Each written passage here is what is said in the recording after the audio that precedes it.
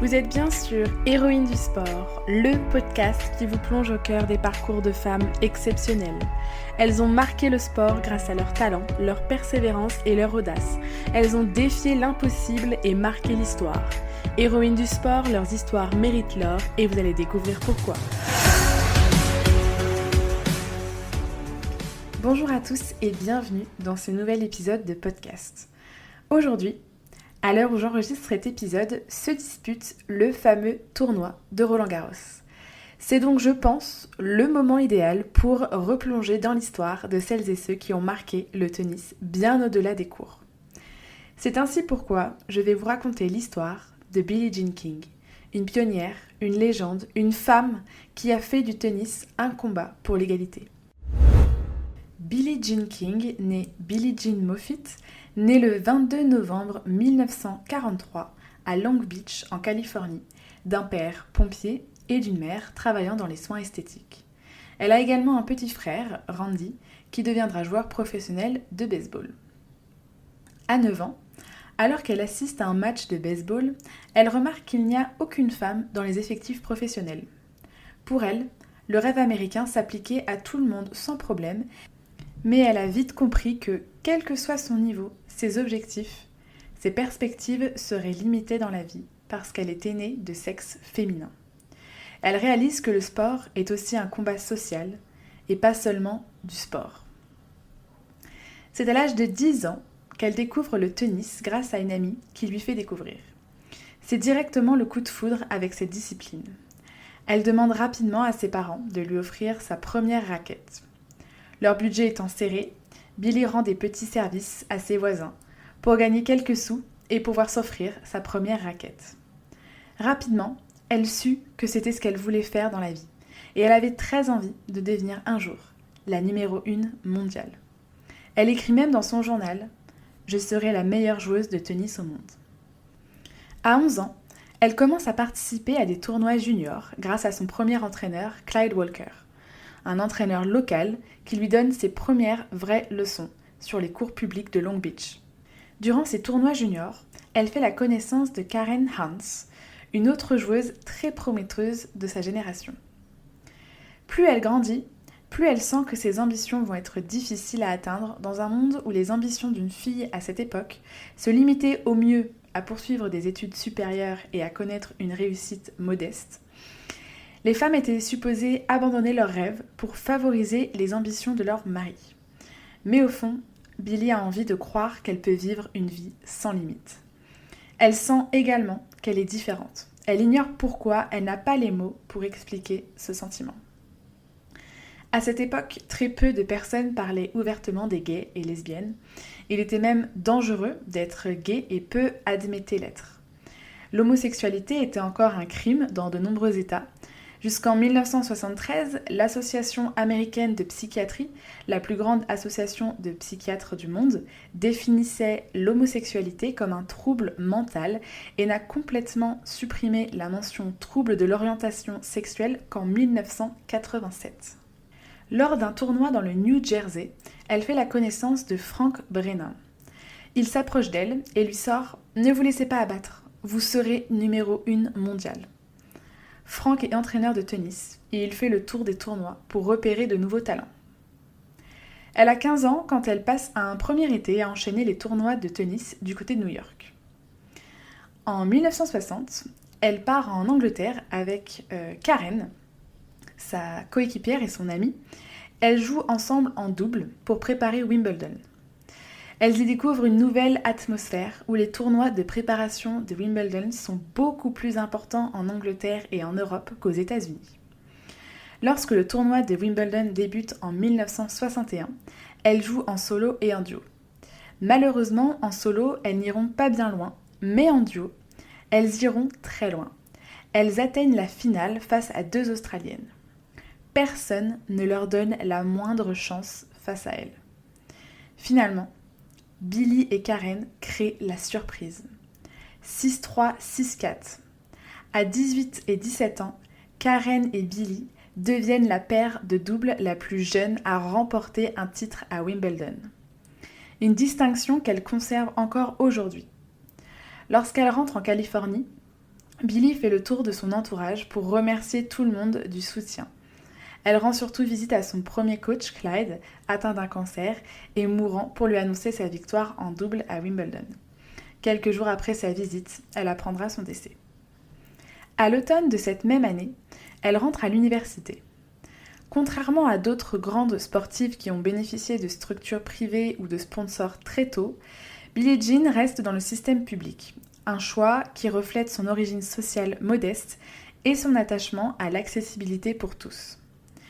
Elle étudie l'histoire, une matière qui l'intéresse particulièrement en raison de son désir de comprendre les systèmes sociaux, les injustices et les mouvements de changement. Elle est également attirée par la sociologie et les sciences humaines. Elle adore passer son temps à la bibliothèque pour trouver des idées et des informations en rapport avec ce qu'elle espère faire de sa vie, à savoir jouer au tennis. Elle cherche constamment à transformer le tennis en sport professionnel et comment veiller à ce que les femmes ne soient pas laissées sur le bord de la route.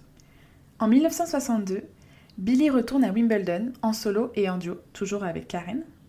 Elles remportent ensemble une fois de plus le double femme et en solitaire, même si elle n'est pas allée très loin dans le tournoi, elle commence à gagner quelques matchs là où les journalistes ne l'attendaient pas et à se faire un petit nom au fur et à mesure. À l'université, elle fait la connaissance, par le biais d'un ami en commun, de Larry King, également un joueur de tennis. Très vite, ils deviennent amoureux. Billie Jean présente Larry à ses parents.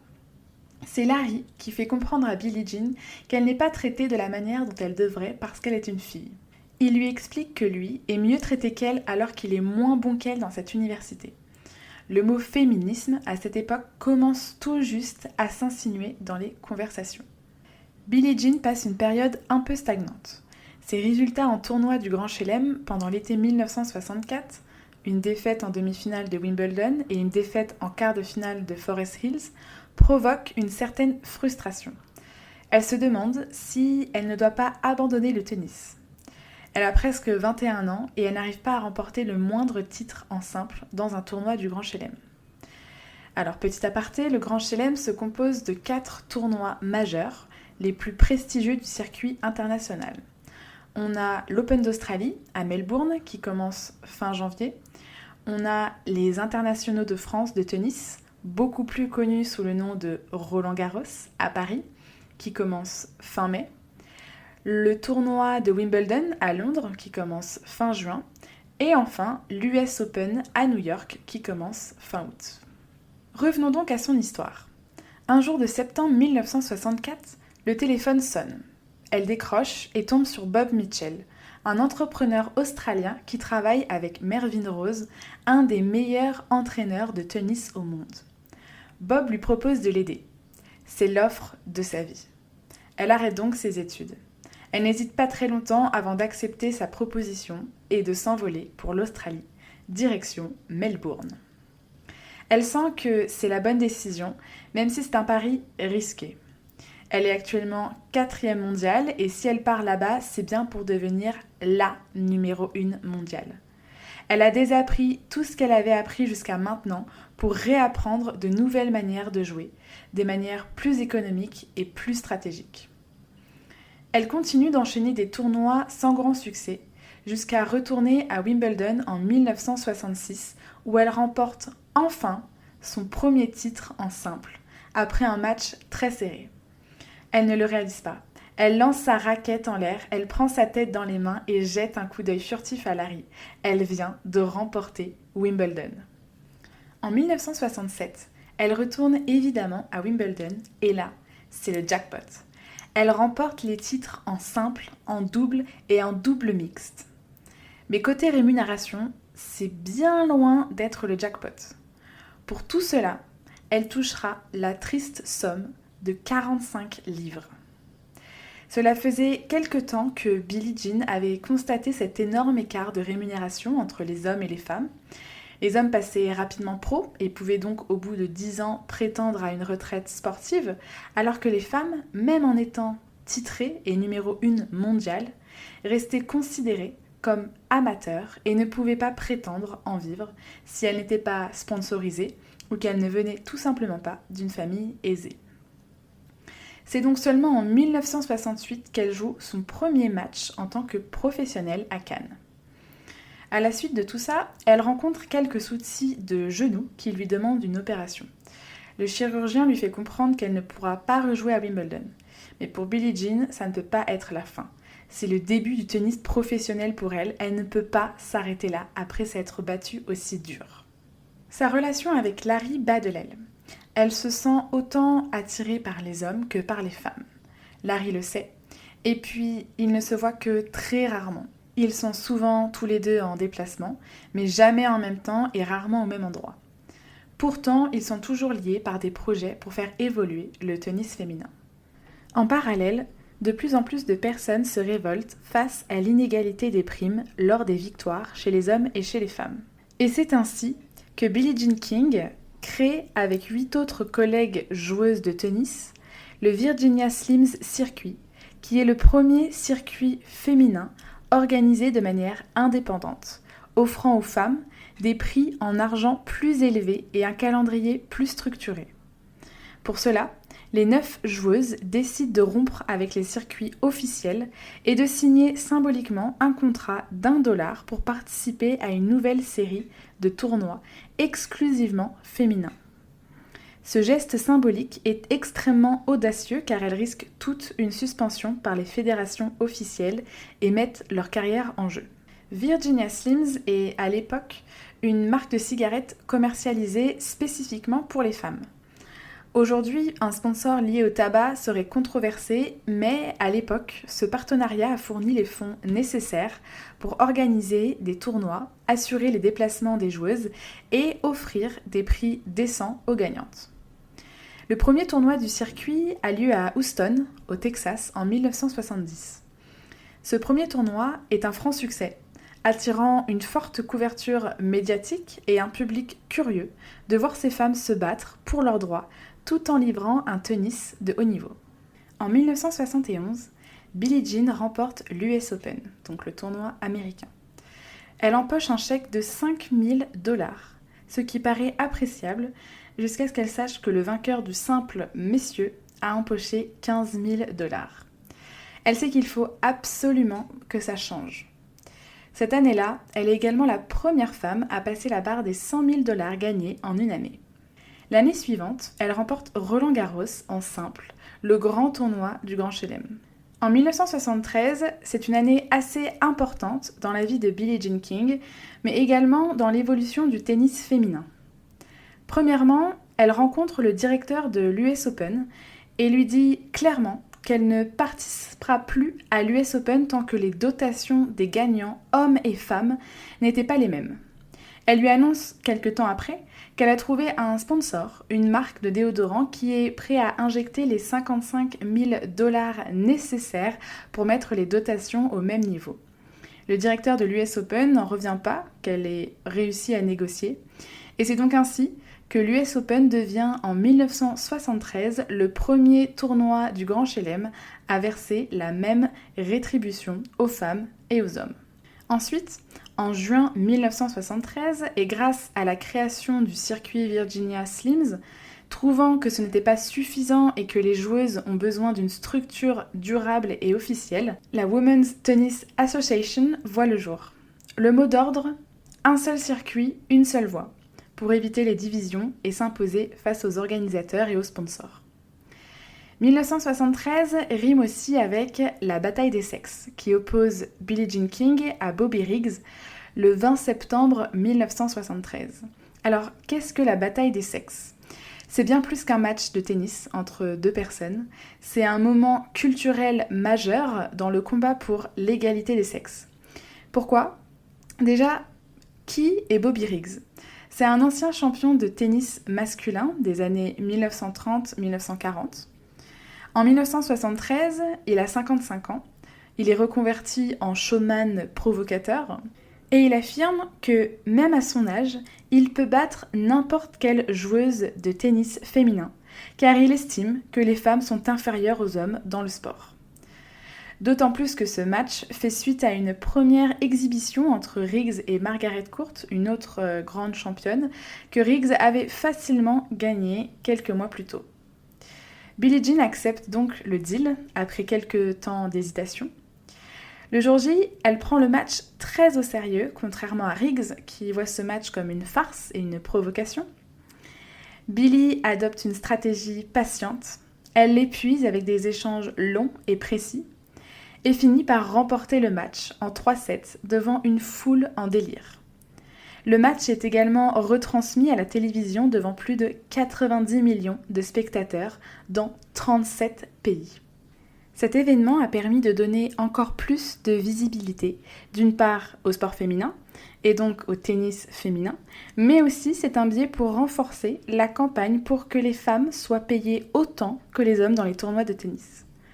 Ce match et la victoire de King a également cimenté la place de Billie Jean King comme une icône du mouvement féministe. Quelques mois après cette bataille des sexes, et pour que les débats sur l'égalité pour tous ne s'essoufflent pas, Billie Jean King décide de créer la Women's Sports Foundation en 1974 grâce à un chèque de $5 000 qu'elle a reçu en tant que femme sportive de l'année. Plutôt que de conserver cet argent, elle a choisi de l'investir dans une organisation dédiée à l'avancement des femmes et des filles dans le sport. Mais c'est bien loin d'être tout. Elle crée également, cette même année, avec Larry, son mari, la World Team Tennis, une ligue professionnelle de tennis par équipe pour promouvoir l'égalité des sexes dans le sport en réunissant hommes et femmes au sein d'équipes mixtes. Cette ligue permet de proposer une alternative aux compétitions traditionnelles en proposant un format innovant. Des équipes composées d'au moins 2 hommes et 2 femmes, des matchs disputés sur un court multicolore unique et un système de score dynamique et rapide avec des sets de 5 jeux. À ce jour, la World Team Tennis reste la seule ligue pro où hommes et femmes jouent ensemble sur un pied d'égalité. Les matchs se composent de 6 sets. Un set de double mixte, un set de simple homme, un set de simple femme, un autre set de double mixte, un set de double homme et un dernier set de double femme. L'équipe remportant le plus de jeux cumulés est déclarée vainqueur. Avec la création de cette ligue, Billie Jean King devient également la première femme à coacher une équipe professionnelle mixte. En plus de cette ligue, Billie Jean King cherche toujours à augmenter la visibilité du sport féminin. Trop peu de médias à cette époque accordent de l'attention aux athlètes féminines et les représentent souvent de manière stéréotypée. C'est pourquoi elle décide de lancer son magazine Women's Sports en mai 1974 pour que la couverture médiatique soit équitable entre les hommes et les femmes. Le magazine présente des profils d'athlètes, des analyses de performance et des articles sur les enjeux liés à l'égalité des sexes dans le sport. Le succès est immédiat, atteignant 200 000 exemplaires par mois. Bien qu'il n'existe plus aujourd'hui, ce magazine a permis d'ouvrir la voie à une couverture médiatique plus équitable du sport féminin et a inspiré d'autres initiatives en faveur de l'égalité des sexes dans le sport. Petit à petit, Billie Jean King est en train de transformer le paysage sportif par son engagement. Fin 1974, elle annonce arrêter d'ici quelques semaines les tournois en simple. Elle signe par la même occasion un contrat avec ABC pour être commentatrice sportive. Finalement, en 1975, elle remporte de nouveau Wimbledon, son 6e titre en simple, égalant le nombre de victoires de la grande Suzanne Lenglen. Après 850 rencontres en simple sur le circuit, un nombre incalculable de kilomètres parcourus et 27 ans de tennis de compétition, Billie Jean décide d'arrêter définitivement de jouer en décembre 1983. Sa carrière se termine avec un bilan de 12-6 en finale. Au total, elle a remporté 126 titres en simple, 36 titres en double féminin et 3 titres en World Team Tennis. Elle a été classée 7 fois numéro 1 mondiale à la fin des 10 années qui se sont écoulées entre 1966 et 1975. Après sa carrière sportive, Billie Jean King est devenue une figure emblématique dans la lutte pour l'égalité des sexes et les droits des LGBTQ+. Elle a utilisé sa célébrité pour défendre des causes sociales, en particulier l'égalité salariale pour les femmes dans le sport, un combat qu'elle a mené tout au long de sa carrière, Elle a également ouvertement parlé de son orientation sexuelle, devenant l'une des premières athlètes de haut niveau à le faire publiquement. Cet acte a été un tournant pour les sports féminins et les athlètes homosexuels qui étaient souvent contraints de cacher leur sexualité. En effet, Billie Jean King a été mariée à Larry King de 1965 jusqu'à leur divorce en 1987. C'est en 1981 que Billie Jean King a été la première athlète professionnelle à faire son coming out publiquement comme lesbienne après qu'une ancienne relation ait été rendue publique contre sa volonté. C'est au début des années 80 et peu après la fin de son mariage avec Larry King qu'elle est en couple avec Ilana Kloss, originaire d'Afrique du Sud et également une ancienne joueuse de tennis professionnelle. Leur relation est restée relativement discrète pendant longtemps.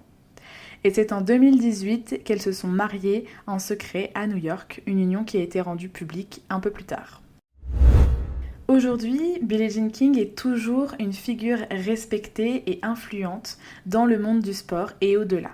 Elle a été intronisée au Tennis Hall of Fame en 1987 et ses réalisations continuent d'inspirer des générations d'athlètes.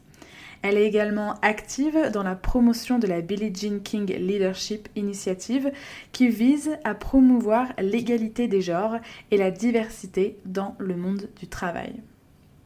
En bref, Billie Jean King est une légende du tennis américain, championne de 39 titres du Grand Chelem. Militante pour l'égalité des sexes, elle a fondé la World Tennis Association et a marqué l'histoire lors du Battle of the Sexes en 1973. Elle est également une pionnière des droits LGBTQ+ dans le sport. Merci à vous d'avoir écouté cet épisode de podcast. N'hésitez pas à me laisser un petit commentaire, à laisser 5 étoiles à cet épisode s'il vous a plu et au podcast en général. Et puis je vous dis à très vite pour le prochain.